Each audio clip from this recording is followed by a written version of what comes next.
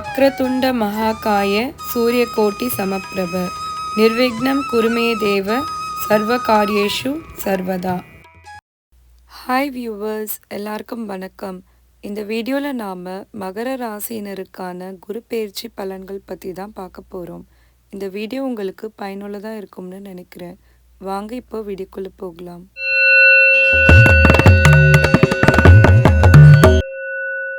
குரு பெயர்ச்சி பலன்கள் 2024 வருகிற மே 1ஆம் தேதி, அதாவது சித்திரை 18ஆம் தேதி திருக்கணித பஞ்சாங்கப்படி குரு பெயர்ச்சி நடக்க போகுது.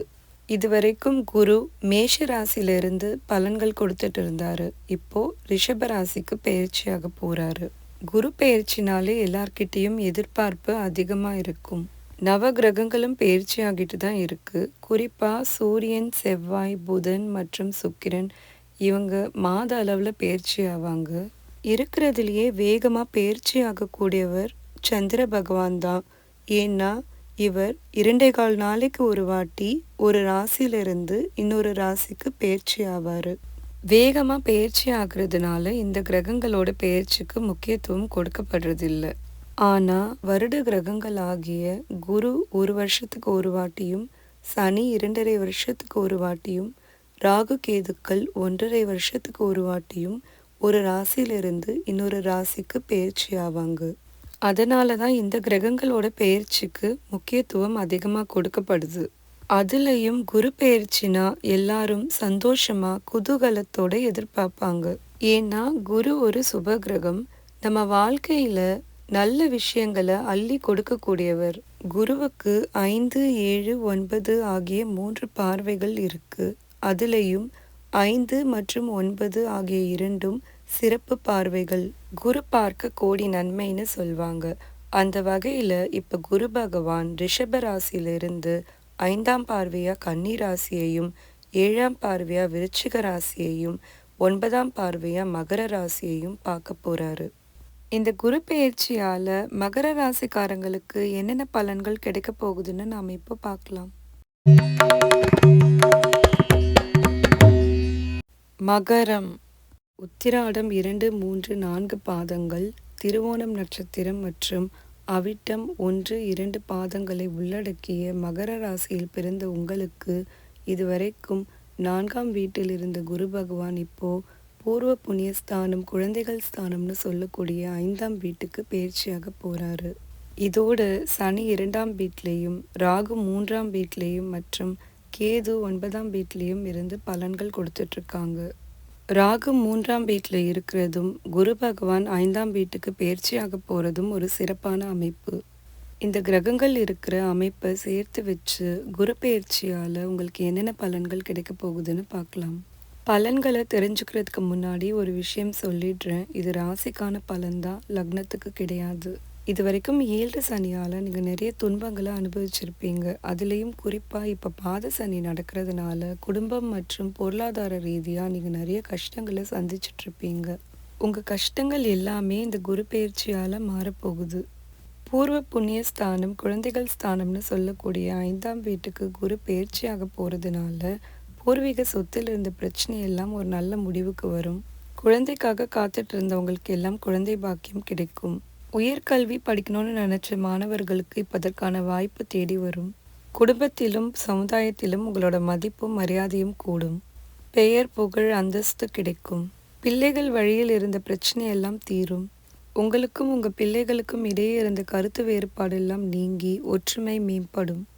திருமண வயதில் இருக்கும் உங்கள் பிள்ளைகளுக்கு நல்ல வரன் அமையும். உங்கள் பிள்ளைகளுக்கு கல்வியில் நல்ல முன்னேற்றம் காணப்படும். வேலைக்காக காத்துட்ருக்கிற உங்கள் பிள்ளைகளுக்கு நல்ல வேலை கிடைக்கும். பங்கு சந்தையில் இருப்பவர்களுக்கு இது லாபமான காலமாக இருக்கும். திடீர் அதிர்ஷ்டம் ஏற்படும். 3ஆம் வீட்டுக்கும் 12ஆம் வீட்டுக்கும் அதிபதியான குரு 5ஆம் வீட்டுக்கு பெயர்ச்சியாக போகிறதுனால உங்கள் இளைய சகோதர சகோதரிகளுடன் இருந்த கருத்து வேறுபாடெல்லாம் விலகும். சுப விரயங்கள் அதிகரிக்கும். காதலில் வெற்றி காண்பீர்கள்.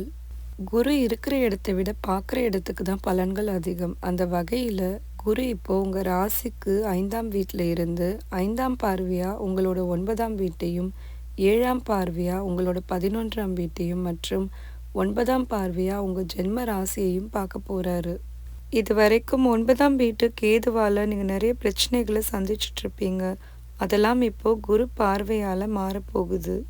பாக்கியஸ்தானம்னு சொல்லக்கூடிய 9ஆம் வீட்ட குரு பார்க்க போறதுனால, உங்க தந்தையோடு இருந்த கருத்து வேறுபாடெல்லாம் விலகும். உங்க தந்தையால் ஆதாயம் கிடைக்கும்.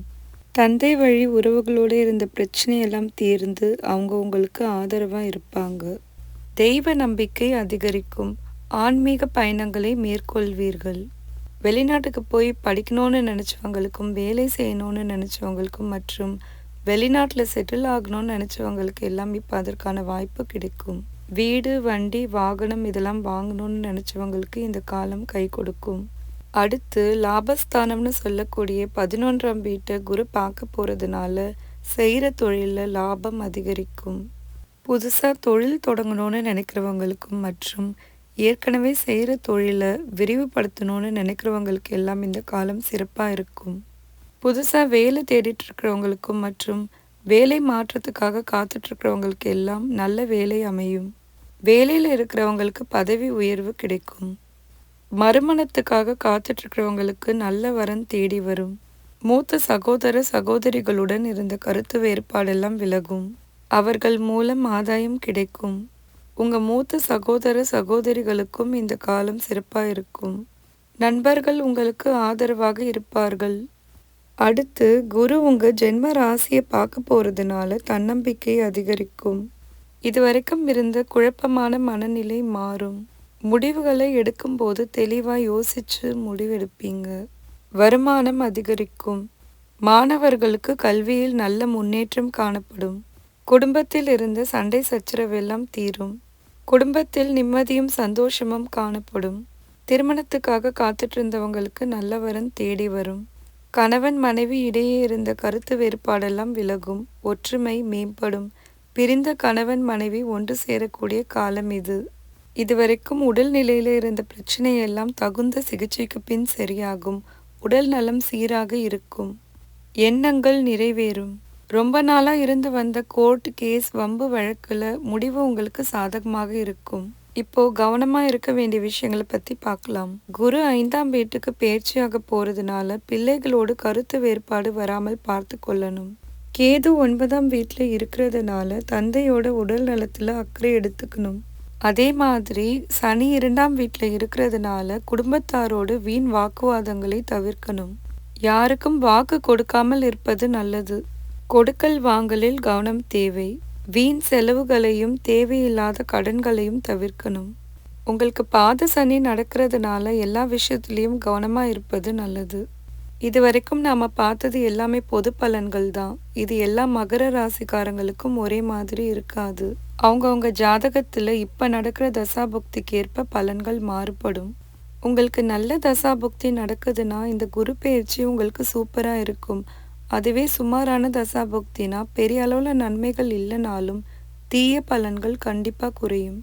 உங்களுக்கு துல்லியமான பலன்கள் தெரிஞ்சுக்கணுன்னா உங்கள் சொந்த ஜாதகத்தை உங்களுக்கு தெரிஞ்ச ஜோதிடர்கிட்ட கொடுத்து பலன்கள் தெரிஞ்சுக்கோங்க.